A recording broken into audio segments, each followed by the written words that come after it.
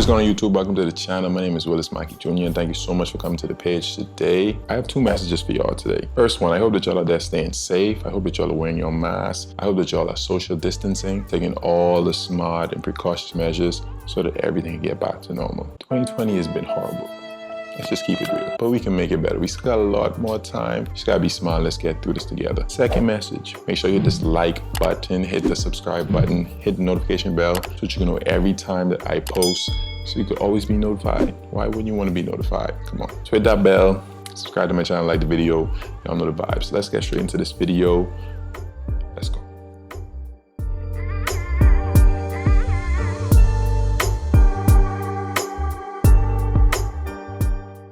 So we read the title, we already know this video is gonna be about the three most important things I took away from last season as my first year as a professional basketball player. So I'm gonna tell you all those three things. I'm gonna tell you why I chose those three things, hopefully to help the next man coming up, next basketball player out there who's trying to make it overseas and who's a little confused, who doesn't really know what's going on. Hopefully some of this information you can apply and hopefully it can help you to get that first contract, and after you get that contract, get that second, because that's most important. So first things first, and probably the most important in my opinion, is building relationships with your teammates. Here's why I say that. In my opinion, building relationships with your teammates can only help off the court and on the court. Off the court, because you build a relationship with your teammates, you're gonna be spending time with them. These are the only people you're really gonna be in contact with while you're overseas. So building that relationship with your teammates, who are, like I said, some of the only people you're gonna really be in contact with while you overseas, that's gonna be very important for basically your overall sanity, your mental stability almost, to have people that you could talk to, people that you could basically confide in when it's time, when things aren't going your way, to have somebody always by your side, to help you through some of the hard times overseas, because there will be hard times. And me personally, I went through some of those hard times, and I don't know if I would have made it without some of my teammates that I made those relationships with. And of course, all of that translates on the court. And I think the reason that we played so well and the reason that we had an undefeated season up until obviously Corona came was because we were so close off the court. I would say as a team, our team camaraderie was like top notch. And I'm not saying that just to say it, like we understood each other, we got along pretty well.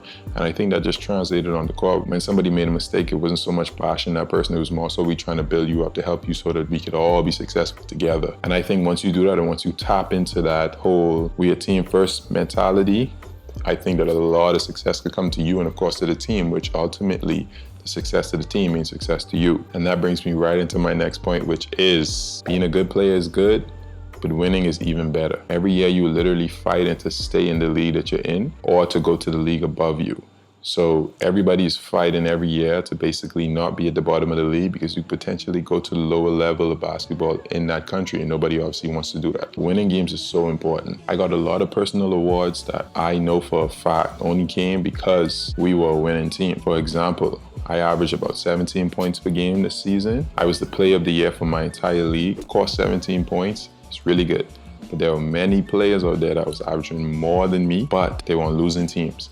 And I think the only reason that I won that award is because I was leading a team that was winning. I was leading them in rebounds, leading them in points, and I was doing really well in my defensive stats as well.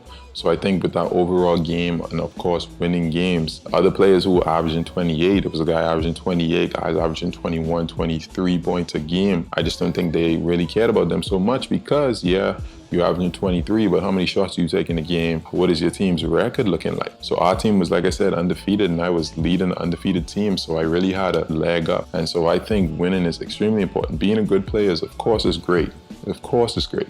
You have to be a good player in order to get that next job. Everybody knows that. We know that. But winning the games are extremely, extremely important. So if I were you, as a young player, like I still am a young player, I would focus more so on winning the games, more so than trying to drop 30 tonight. Make sure that if you're dropping 30, make sure that you're doing it in an efficient way that's benefiting the team, not hurting the team. Because at the end of the day, the success of the team is your success. Your team is winning, more attention is coming to your team, which means more attention is coming to you, which could lead to a next job, a better opportunity, which fortunately I got for myself. Giving you my advice, somebody that went through that, somebody that was in a league that, to be honest, I wasn't supposed to be in, but I still had to show why I shouldn't have been in that league. And thankfully that came. Can't go over there and lose games. Yeah, you could drop 30, but If you're losing games, it looks bad on you. Focus a lot more on your team success over your own personal success, because team success will help your personal success to flourish. The third and final point is, it's gonna sound very cliche, but it's not where you start, it's where you finish. Hear me out. I'm a perfect example of this. I just finished playing in Spain. I was in the 4th division of Spain. I basically went there from an NAIA school, knowing that I had to go there to prove that I belonged in professional basketball. I just kind of went there with kind of a chip on my shoulder, because I felt like I was better than where I was. My goal was to go there and basically dominate, do everything I can to help this team win, and that's what I did. Of course, it wasn't easy. Of course, it was difficult. So I had a lot of challenges and a lot of people around me that could push me and help me to be great. I was surrounded by some of the best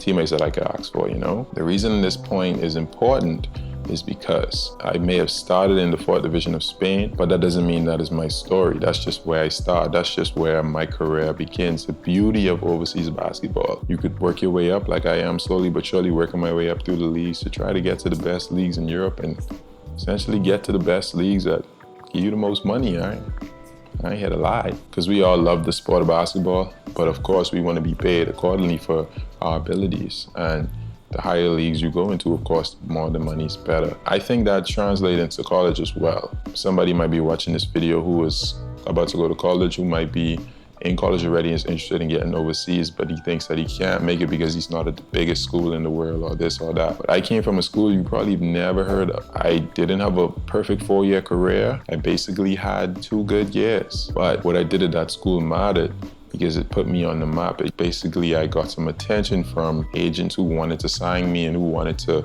possibly invest in me for the future. So those are my 3 things. Those are the 3 things I really took away from my first season. Nothing too extensive, just some important things that I think you should know as a new player, or even somebody who's still playing basketball, of course, overseas already. It's information that you probably could benefit from. So I'm really happy that I got the opportunity to share that with y'all. And if you like this video, you made it this far, first off, thank you. Second off, make sure to hit the like button, subscribe to my channel, hit the notification bell so you can know every time I post. I love y'all. Till the next video, y'all know how it go. Peace.